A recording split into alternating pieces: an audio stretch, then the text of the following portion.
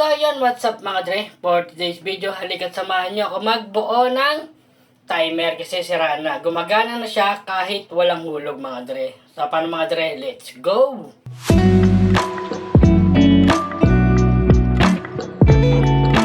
So ayan mga dre, at umagang umaga at naririnig ko na naman yung mga bata tawag ng tawag dahil gusto na nila maglaro. At dapat nga mag 24 hours ako dahil wala naman pasok mga dre. Kaso pinatay na ng pamangkin ko yan nang hindi ko alam.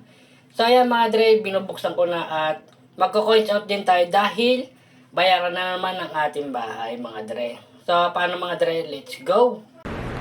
Pwede na! At dito nga mga dre, napansin ko yung pumasok na yung mga bata at naglaro na. Nagulat ako, tinawag ako ng isang bata dyan. Sabi niya, Haji, yung isa kasi nagana kahit walang hulog. Kaya yan, lumapit ako at ni-return ko yung kanyang bayad. At sabi ko, sige, i-check ko. At yun nga, yan, gumana. Kaya dali ko na lang siyang pinalipat. At sabi ko nga, papalitan ko na yan at ayusin ko. So, paano mga dre? Magko-coins out na rin tayo dahil nga magbabayad tayo ng rent ng bahay mga dre. Let's go!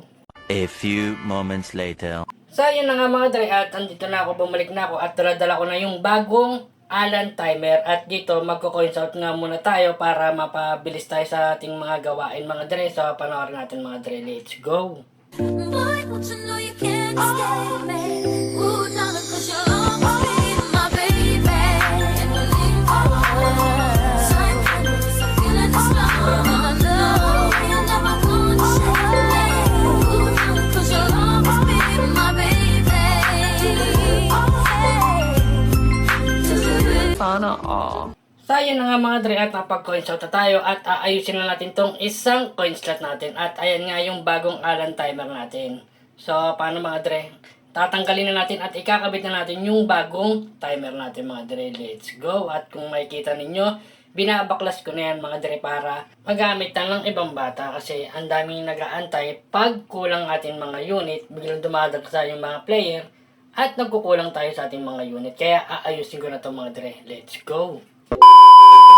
At dito nga mga dre, at pinapalitan ko na nga siya, tinanggal ko na yung lumang timer at papalitan na natin siya ng bagong timer para magamit na ng mga bata. At dito kinakabit ko na yung bagong timer natin kasi sira na yung lumang timer natin dito at natutuwa rin ako kahit paano at natututo na tayo sa mga ganitong mga technical problem at mga sira-sira. Napakasarap sa pakiramdam pag natututo ka na at makikita mo na may resulta yung mga ginagawa mo sa sarili mong negosyo sa ating com shop. At eto nga, susubukan natin lahat ng dapat subukin, tsaka testing din natin lahat ng coins, mapaluma, mapabago para makikita natin kung nagawa natin siya ng perfect mga dre. Let's go!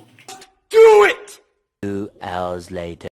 So ayan mga dre, at nagawa na natin at tinesting ko ng hulugan ng 5 piso. At yun nga, yung 5 piso ay 5 minutes. Ngayon, aayusin natin yan sa loob mga dre para maayos natin lahat ng coins na yung hulog natin. Dapat ang 5 pesos ay 20 minutes, ang 1 pesos ay 4 minutes mga dre. So susubukin din natin lahat ng barya natin na mapabago at mapaluma para ma-check natin ng tama mga dre. At dito nga mga dre, nakakalimutan kong ayusin yung timer doon na kung ilang minuto. Kaya pala yung 5 piso natin ay 5 minutes lang. Kaya yan, sinilip ko na lahat at chinik ko na bago ko ulitin. Kasi magkakaroon talaga tayo ng problema kung hindi natin aayusin yung dalawang timer doon para sa minutes. Mga dre, kamote! So, yan dito mga dre, at akala ko mape-perfect ko na dahil naayos ko na doon. Kaya, iti-check ulit natin yung 5 pesos natin at isasakta ko na siyempre. Kasi bawal natin siyang galawin nang hindi nakabunot. So, ulugan natin siya ng 5 pesos. Check natin kung ilang minutes yan mga dre. At yun nga, sumobra at akala ko tama na. Ayun o, 99 minutes. Lugi! Gago! Eternity later.